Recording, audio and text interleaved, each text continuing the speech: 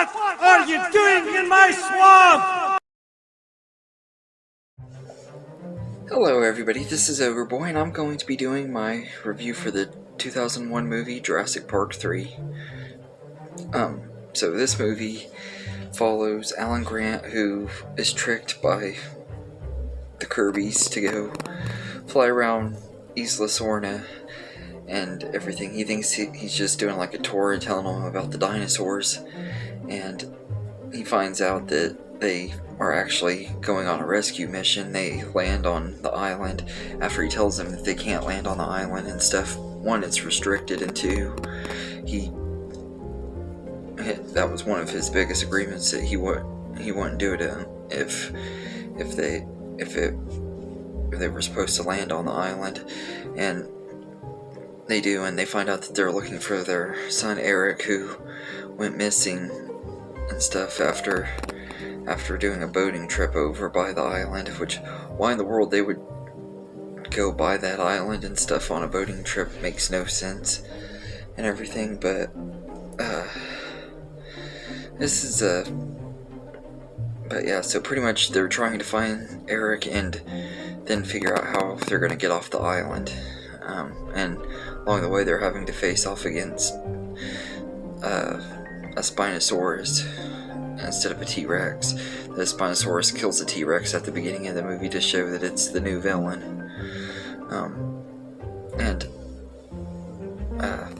But this is not a real great movie. It's not terrible. I don't think it's as bad as most people say it is, but it really is not very good either. I don't completely hate it, but I don't love it. I just think it's alright. I can handle watching it when I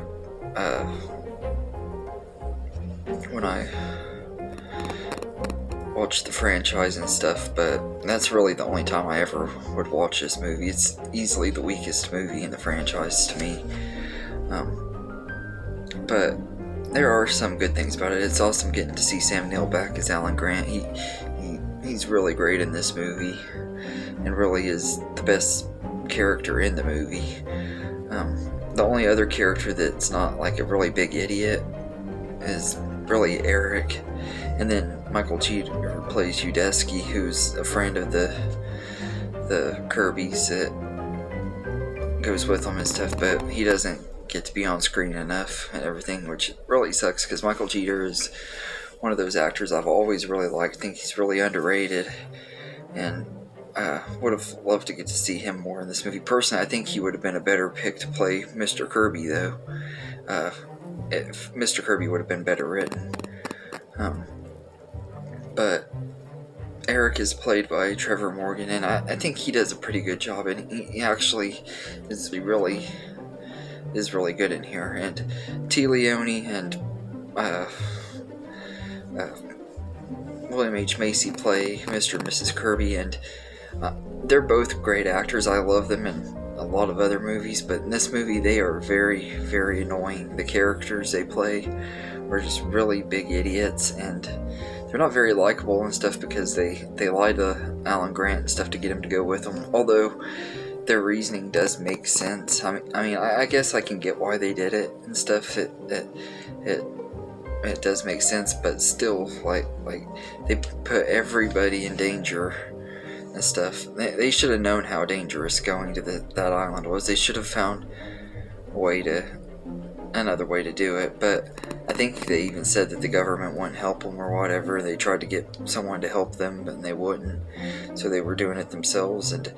But there's no reason that those characters should have survived this movie, as big of idiots as they were.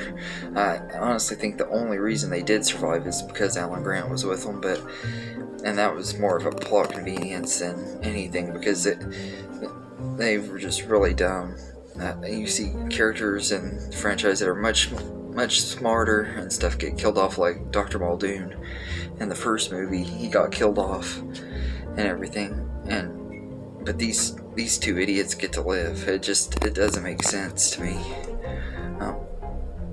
But the story is just really kind of weak. It could have been so much better, and it would have been a lot better if they would have done it the way they were originally going to do. the original story was going to be a group of kids get stuck on the island and their parents are going after them.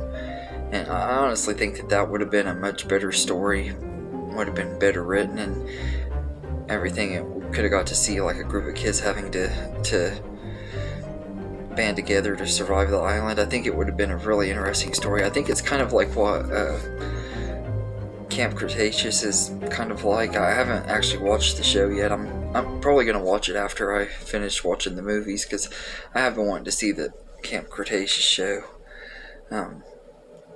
But yeah, I think the original story would have been much, much better.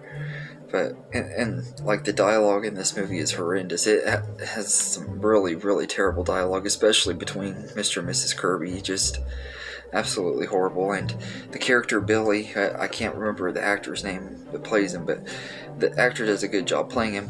And he's a likable character at first, and then find out he stole raptor eggs. It's like, this guy is smart enough to know not to steal raptor eggs, because then the raptors are going to be after you through the rest of the movie, and he still does it anyway. And Alan Grant is like rude to him and stuff, and right after he's rude to him about it, which really I don't think he was being rude. I mean, he was a little bit overboard and mad and stuff, but people say stuff like that when they get mad, and he tells him that he's just as bad as the people that built the place, which he obviously didn't mean. He was just saying it because he was mad. But right afterwards, Billy gets attacked by the pterodactyls after saving Eric, and is presumed to be dead. And somehow, at the last minute of the movie, we find out he survived and stuff. And Alan Grant doesn't even really apologize to him or anything. They don't really show how bad he feels to him or anything like that. He just walks over, says hi to him, and that's pretty much it. He doesn't really do much. And I didn't like that about the movie either. Like, there's a lot of stuff that just didn't get resolved in here, and like they mentioned, the Spinosaurus wasn't on Engine's list of dinosaurs, and which means they were up to something. They didn't go into any of that at the end of the story. And the way they get off the island is Alan uses a cell phone to call Ellie Sattler to get the government or whatever to come rescue him, and she couldn't even understand what he was saying and stuff. So how did she know that he was on which island he was on or anything like that? It made no sense at all. And like the ending and stuff is really pretty bad too. Like I don't hardly remember anything that goes on, like with the big final confrontation with the Spinosaurus. It's just really kind of dull and stupid. The raptors try to attack them again. They get their eggs and then they leave them and stuff. It's like, okay, we're just gonna leave you, no big deal. It's really stupid. I don't think the raptors would have just let them live after stealing their eggs. Once again, plot convenience, I guess. And but yeah, I've seen this movie countless times because I used to watch it as a kid and stuff, and I just watched it last night, and the big final battle with the Spinosaurus, I don't even remember how it ended. It just goes by so fast and stuff. It's just really not a very well made movie, and the 92-minute runtime really messed with it because it makes it feel super, super rushed and everything. Although it doesn't overstay its welcome, so I guess that's good too. I don't know if I could have handled another 30 minutes of dealing with the Kirbys because they are really annoying characters. But there's a lot of stuff that went unresolved and stuff, and I would have liked to see what they would have done with it. And also, you get the infamous scene with Alan asleep on the plane, and he's dreaming about a raptor being on the plane. I guess it ate everybody, and it says his name right before he wakes up. I thought that scene I always thought it was amusing. I know a lot of people like to make fun of it and says it's really cringy, and it is cringy, but it's also kind of funny because it's so dumb. but it doesn't annoy me as bad as it does most people. And I love Joe Johnston. I think he's a really great director, but he really just didn't do a very good job with this movie. It could have been so much better, and it had like 3 or 4 writers. You would think that with everybody who was involved in this movie, it would have been much better and everything. But Joe Johnston said, like, just a few days before they started filming the movie, they threw out the script they had, and it really shows that they were not ready for this movie, and they should have taken more time on it. I'm guessing they didn't have enough time or something, maybe, I don't know, but I just don't like that about this movie. That it took 4 years for this movie to get made. They could have taken an extra year or so to get it right. But I will say that the visual effects are still great, though. That's one thing that all of these movies have, are really great visual effects. The CGI in all of them are really good and everything.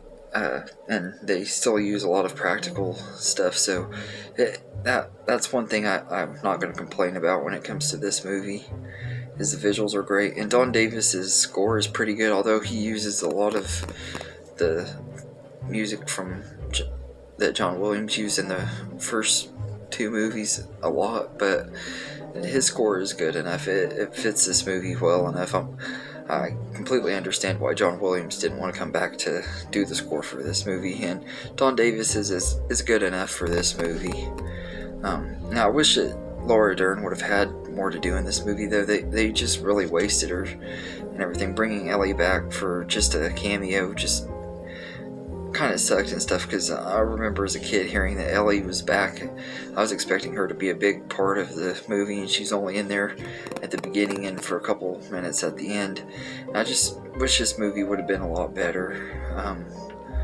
But it's not the biggest piece of crap in the world. There are a lot worse movies and other franchises than this one, but this is easily the weakest one in the franchise to me. But yeah, so yeah, and just it could have been so much better. Could have been a lot worse. Could have been better too, though. And watching the DVD special features and stuff, you can tell that they really are proud of this movie. So I mean, I guess that's cool. They were happy about it. They're like, yeah, we made trash and we're proud of this trash. It's our trash. But yeah, so I'd say I'd give Jurassic Park 3 a 6 out of 10. I almost gave it a 5 because of how annoying the Kirby's are, but there are some fun moments and stuff in this movie, so I'm gonna be nice and give it a 6 out of 10. But anyway, let me know in the let me know in the comments what you think of this movie, and I hope you enjoyed this video, and have a good day, everybody.